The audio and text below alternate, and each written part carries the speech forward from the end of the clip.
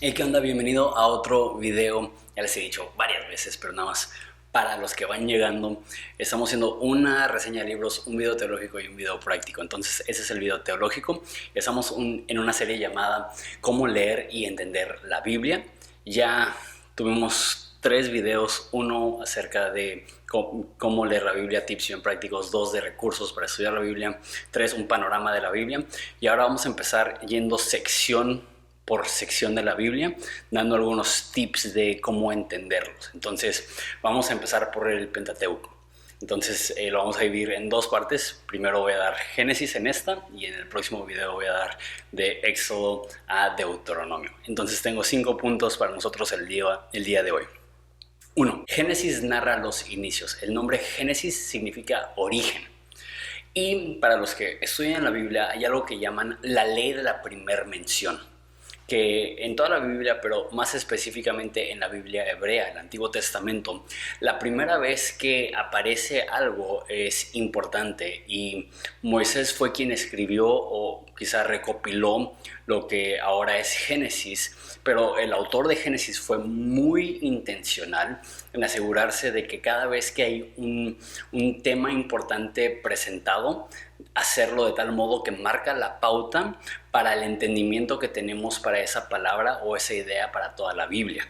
Entonces, cuando vemos en Génesis, es el origen de todo, es la primera vez que vemos a Dios, es la primera vez que vemos a la familia de Dios, a Israel, es la primera vez que vemos las promesas de Dios para el futuro, y es muy chido porque el libro de Génesis es el libro de inicios y el libro de Apocalipsis cierra como esos ciclos, y en el libro de Génesis tenemos el árbol de la vida y en Apocalipsis tenemos el árbol de la vida.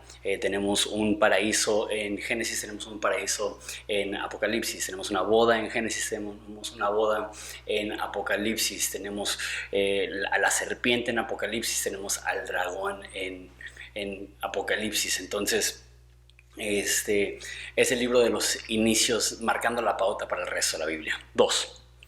Génesis es la introducción a Dios. Esto es lo que los hebreos iban a leer al principio. Por eso el primer capítulo de Génesis, si lo lees, dice: en el principio Dios, y Dios creó, y Dios hizo, y Dios separó. 27 veces en 31 versículos aparece el nombre Dios. ¿Por qué? Porque el enfoque de Génesis no es tanto la creación o cómo se creó o detalles acerca del proceso de creación. Más bien, el fin de Génesis es demostrarnos el carácter y la naturaleza de Dios, es presentarnos a Dios. Entonces, cuando Dios habla y de esa forma interactúa con su creación, eso nos está mostrando algo acerca de Dios. Cuando Dios divide luz y tinieblas, eso nos demuestra algo acerca de Dios. Cuando Dios se mueve en medio del caos y dice: hágase la luz, eso nos demuestra algo acerca de Dios. Cuando Dios decide hacer al humano en su imagen y semejanza, eso nos demuestra algo acerca de Dios. Cuando Dios decide hacer al hombre y la mujer en su imagen y semejanza, eso nos demuestra algo acerca de Dios.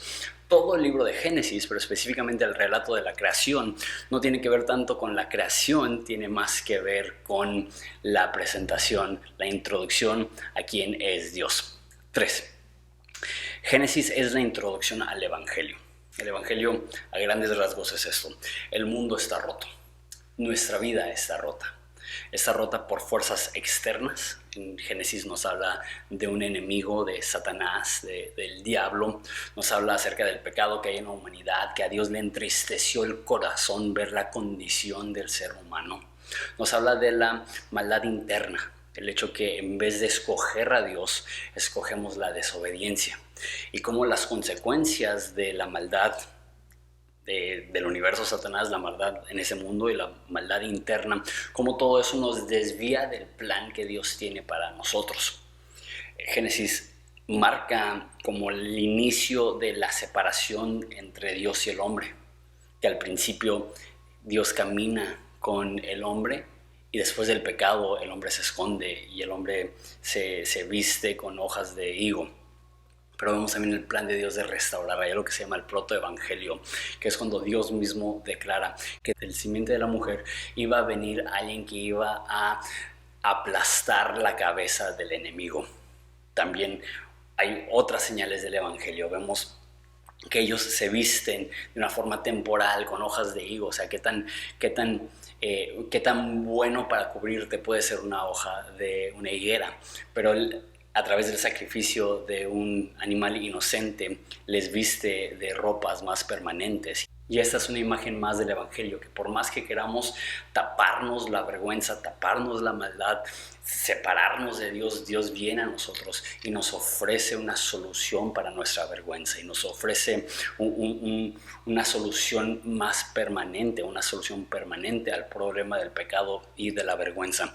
Y así podemos seguir. Isaac, y cómo iba a ser sacrificado, pero Dios envía un cordero para morir en lugar de Isaac. Todo eso habla de cómo Dios iba a enviar a su hijo para sustituirnos en la maldad del universo, cómo fue tentado por Satanás, cómo fue azotado por la maldad de este mundo. Fue azotado por la maldad de este mundo, que en la cruz Jesús sufrió la máxima injusticia, sufrió por nuestros pecados. Es lo que la Biblia dice, que el justo sufrió en lugar del injusto. Punto 4. Esa es la introducción a la familia de Dios. Es importante entender el orden también, que Génesis nos narra cómo llegó a ser Abraham y después se enfoca en Abraham, Isaac, Jacob y José.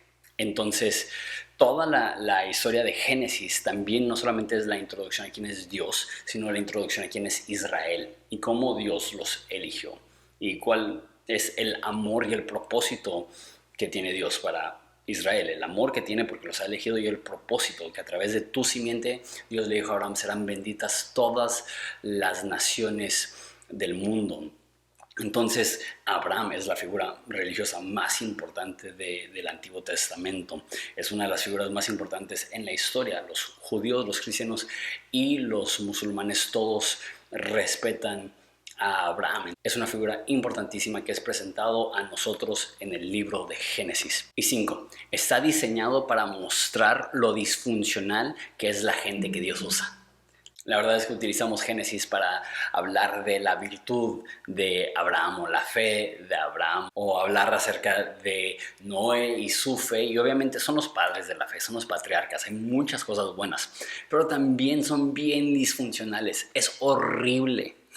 Es horroroso ver el trato que tienen dentro de sus familias, el trato que tienen con sus esposas, el trato que tienen en su relación con Dios, las desconfianzas, las mentiras, la desobediencia. Y estos son los padres de la fe. Amo que la Biblia nos demuestra al humano con todo y problemas, con todo y fallas, con todo y áreas que quisieran esconder. Pero esa es la gente que Dios usa. Dios usa a lo vil y lo menospreciado. Dios no está buscando la élite. Dios está buscando elegir a personas independientemente de su capacidad de sobresalir o de su capacidad de ser leal a Dios. Dios es leal al pueblo que Él escoge. Dios es leal a Israel. Es lo que vemos en Génesis. Dios es leal al pueblo y al pacto que Él hace con Abraham. Esos son algunos filtros con los cuales podemos leer el libro de Génesis.